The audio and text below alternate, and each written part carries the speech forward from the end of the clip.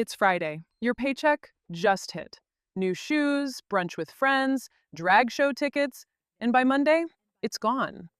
If you're one of the 64% of LGBTQ folks living paycheck to paycheck, I'm about to show you the exact system that breaks that cycle. Not generic advice from people who've never faced employment discrimination. Not tips from financial gurus who've never had to save $20,000 just to feel safe. The 8-step system that accounts for our financial reality. And step 6, that's the automation that finally stopped me from stressing about money every single week. Before we jump in, quick context. I tried every money guru out there. Dave Ramsey, Susie Orman, all of them. I kept failing because their advice assumes you have family safety nets, equal pay, and stable employment. So I built a different system. One that actually works when you're earning less, saving for gender-affirming care or family planning, and building security without parental support. Let's get into it. Quick thing, if this helps you, hit subscribe so you don't miss part 2, where I break down the anti-budget system that changed everything. Open a spreadsheet right now. I'll wait. Most people make what psychologists call the mental accounting mistake.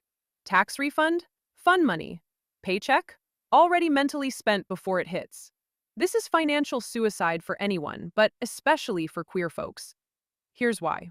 List every core expense: rent, internet, groceries, your HRT prescription, therapy copays that keep you sane. Now, here's the part everyone else skips. Add your safety premium costs. That's the extra you pay to live somewhere that won't discriminate. Legal fees to protect parental rights, name change costs, higher rent in a queer-friendly neighborhood. And here's the number that determines everything else. Your baseline should be under 50% of your total income. If it's higher, you need cheaper alternatives fast.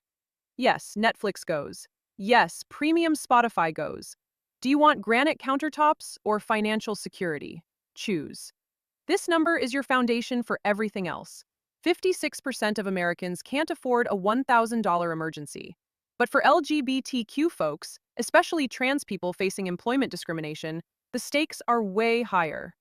Imagine this. Your boss finds out you're queer, makes your life hell, creates a hostile environment. What if you could walk out tomorrow with your head held high? That's what a 6-month emergency fund gives you. Freedom. Take your baseline, multiply by 6. If your baseline is $3,000, you need $18,000. I know, that sounds impossible. But hear me out. When I got in a car accident at 20, repairs cost $5,000. Without my emergency fund, I'd need a loan. With interest, $7,000 total. That fund saved me $2,000 by just existing. And remember, this isn't for concert tickets or weekend trips. This is for when life goes sideways. When you need to move states because of anti-LGBTQ legislation. When your chosen family needs help and you're their only option. When you lose your job because your state has no employment protections. This fund is your shield. Build it like your life depends on it, because it does. 77% of American adults are drowning in debt. But here's what they don't tell you. Debt is even more dangerous for us because it chains you to hostile jobs, dangerous cities, situations you can't escape. Credit card debt at 19.5% interest, making minimum payments? 8 years to pay off. 8 years where that debt steals your freedom. 2 strategies. Pick whichever keeps you motivated. Avalanche method. Attack highest interest rate first. Mathematically optimal. Pay minimums on everything else. Throw every extra dollar at that high interest card. Snowball method. Pay off smallest debt first, regardless of interest rate. Less efficient, but psychologically powerful. Every debt you eliminate is a win that keeps you going. Here's what worked for me. I put every debt in a spreadsheet. Amount owed. Interest rate. Every time I made a payment, I manually updated it. I visualized that number hitting 0 every single day. That mental practice kept me motivated when it felt impossible. Your debt is the enemy of your freedom. Treat it that way. But most people stop here. They get out of debt, start saving, and think they're done. That's a massive mistake. Because you're missing the one strategy that will actually build wealth for our community. Einstein called compound interest the 8th wonder of the world. But for LGBTQ people who've lost years of earning potential to discrimination, who earn less over our lifetimes, who have higher healthcare costs in retirement, investing isn't optional, it's survival. Here's the math that changed my life. If you invest $6,000 a year from age 25 to 65 at a 10% return, you'll have 2.7 million. If you keep that same money under your mattress, you'll have 240,000. That's a $2.4 million difference just for putting your money to work. But which account should you use? Here's the exact order. First, max out your 401k match. If your employer offers a 3% match, they'll give you free money, but only if you contribute enough to trigger it.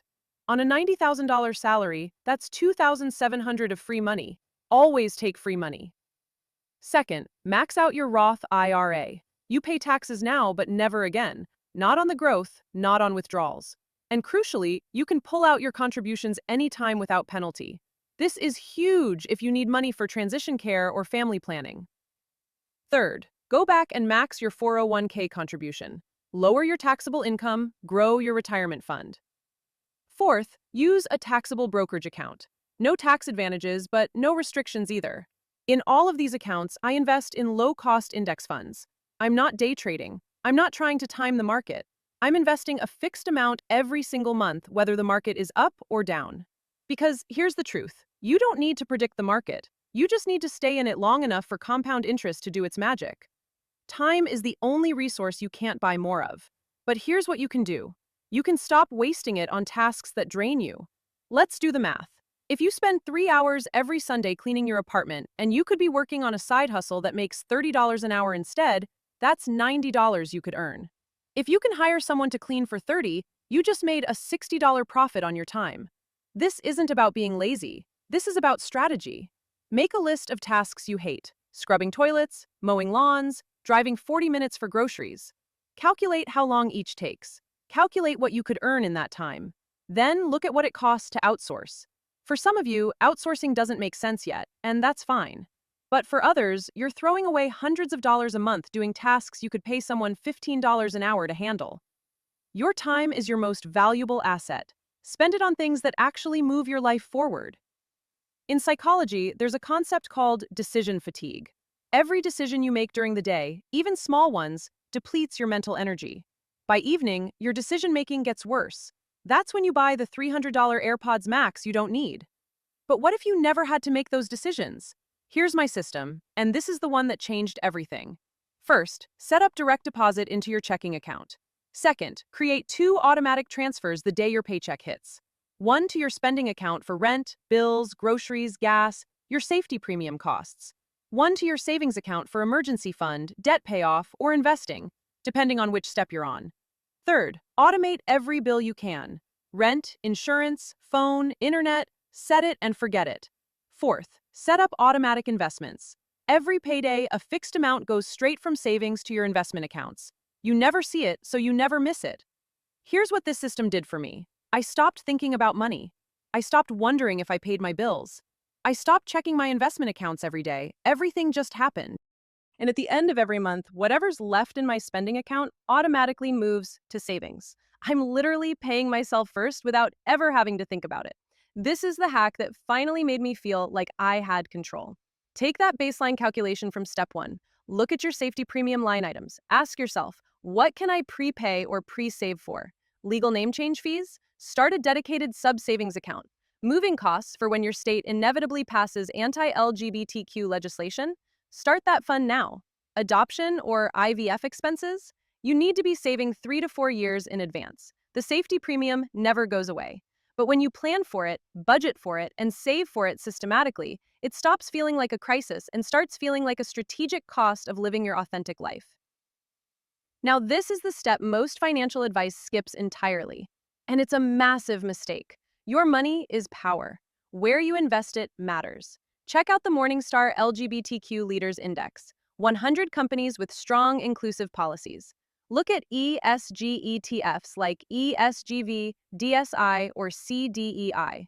Invest with platforms like Angels that specifically support LGBTQ entrepreneurs. You're not sacrificing returns for values. Study after study shows that values-aligned investing performs just as well, sometimes better, than traditional indexes. Your portfolio should reflect your pride. Make it count.